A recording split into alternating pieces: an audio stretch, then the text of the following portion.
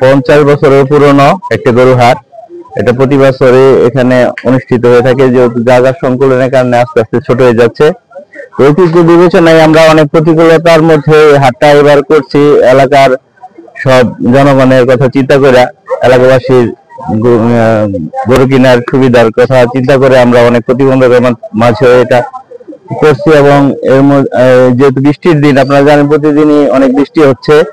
আমরা বৃষ্টিতে যাতে এই পাইকারদের সমস্যা না হয় এবং ক্রেতাদের যাতে আসা যাওয়া গরু নিয়ে কোনো সমস্যা না হয়, এই জন্য আমরা প্রচুর ভলেন্টিয়ার নিয়োগ করছি এবং সব জায়গায় বালু টালি ফালা আমরা একটা পরিবেশ তৈরি করছি যাতে চলাচলের কারো সমস্যা না হয়। তাছাড়া পাইকারদের থাকা খাওয়ার জন্য ব্যবস্থা গ্রহণ করেছি, স্যানিটাইজারের সবকিছু ব্যবস্থা করেছি। প্রচুর পাইকার অলরেডি রাস্তায় আছে, অনেকে এসে গেছে গরু নিয়ে। আরো অনেক বড় বড় গরু আসতেছে আজকে রাত্রের মধ্যে, আরো অনেক বড় বড় চালান আছে গরুর। তো আশা করি আজকে বিকেল থেকেই বেচা কিনে জমজমাট ভাবে বেচা কিনে শুরু হবে এবং আগামীকাল এবং আগামী পরশুদিন এলাকাবাসী তাদের পছন্দের কুরবানির পশুটি এখান থেকে ক্রয় করতে পারবে। এবং সরকারি যে হাসলি রেট আছে ওইটাতে সরকার বাধ্যবাধকতা আছে, এই জন্য আমরা ওইটাতে নির্ধারণ করছি। সরকার নির্ধারিত হচ্ছে 5%, যে এর উপরে আমরা তো নেওয়ার কোনো নিয়ম নাই। এর কমে আমরা চেষ্টা করব, যেহেতু আমাদের সরকারি ইজারা আনতে অনেক টাকা, মানে আসলে আমাদের সর্ববৃহৎ এটা গত বছরের চেয়ে 30 গুণ বেশি এবার দিতে হয়েছে আমাদের। তো সেই বিবেচনায় আমি ক্রেতা সাধারণকেও বলবো যে আমাদের দিকটাও বিবেচনা করেন, আর আমরাও আপনাদের দিকটা বিবেচনা করব, আপনারা স্বাচ্ছন্দ্যে গরু কিনতে পারেন। আমরা চাচ্ছি এটা উৎসব মুখর পরিবেশে এখানে যাতে আমরা ঈদটা পালন করতে পারি। এখানে নিশ্চিত আমরা লোকসানের কথা চিন্তা করেই মাথায় নিয়েই আমরা এটা করছি, কারণ যেহেতু আমরা অনেকদিন এখানে আমাদের লুকায় থাকতে হয়েছে। গত 17 বছর এই আওয়ামী রেজিমের বিরুদ্ধে আমরা কিন্তু এলাকায় এই বগাবাড়ি হাটে আসতে পারতাম না। আমাদের এলাকার ঐতিহ্য বা ঈদগুলানে আমাদের জেলখানায় গেছে, অথবা আমরা লুকাইছিলাম।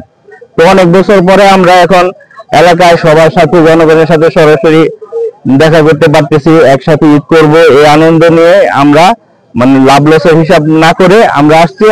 আমরা আয়োজন করছি, আপনারা আসেন, সবাই গরু কিনেন আর আমাদের সহযোগিতা করেন, আমরা সহযোগিতা করবো। আমাদের হাটের বিশেষত্ব হলো এখানে আমাদের যেটা পাবনার অনেক মানে দেশি গরু, যেটা মানে কোনো ফিড খাওয়ানো হয় নাই, ঘাস এবং খড় খেয়ে এই গরুগুলা লালন পালন করা হয়েছে।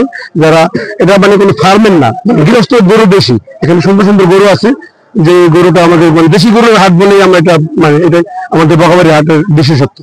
ব্যাপারীদের জন্য আমরা সার্বক্ষণিক এখানে থাকা খাওয়ার ব্যবস্থা করেছি, তাদেরকে আমরা পর্যাপ্ত পরিমাণ নিরাপত্তা দিচ্ছি। এখানে আইন প্রয়োগকারী সংস্থার লোকেরা সবসময় সার্বক্ষণিক আমাদের সাথে রয়েছে, এখানে কোনো ধরনের কোনো নিরাপত্তা বিঘ্নিত হচ্ছে না। তবে বরাবর বছরগুলোর মতো, বরাবর ঈদগুলোর মতো যে গরুর দাম যেরকম আছে, বর্তমানে মনে করতেছি এবছর একটু কম। কারণ যে গৃহস্থ যারা গরু নিয়ে আসছে বাজারে বিক্রি করার জন্য, অনেকেই বলতেছে আমরা ন্যায্য মূল্য পাচ্ছি না। তো আমরা যারা ক্রেতারা বলছে একটু দাম বেশি, কিন্তু না, বরাবর এবার মোটামুটি একটু সহনীয় পর্যায়ে আছে, বাজারের পরিস্থিতি সহনীয় পর্যায়ে আছে। আমরা চাই যারা এত কষ্ট করে গরু লালন পালন করছে তারা যেন ন্যায্য টাকাটা পায়, তারা যেন ন্যায্য পারিশ্রমিকটা পায়, সেদিকে আমাদের সবারই দৃষ্টি আছে। এবং এই বাজারের আইন শৃঙ্খলার এবং সাংবাদিক যারা আছে সবাই সহযোগিতা করতেছে এই বাজারের জন্য। এই বাজারে কোনো প্রকার বিশৃঙ্খল হচ্ছে না, সুন্দর সুষ্ঠুভাবে পরিচালনা করা হচ্ছে।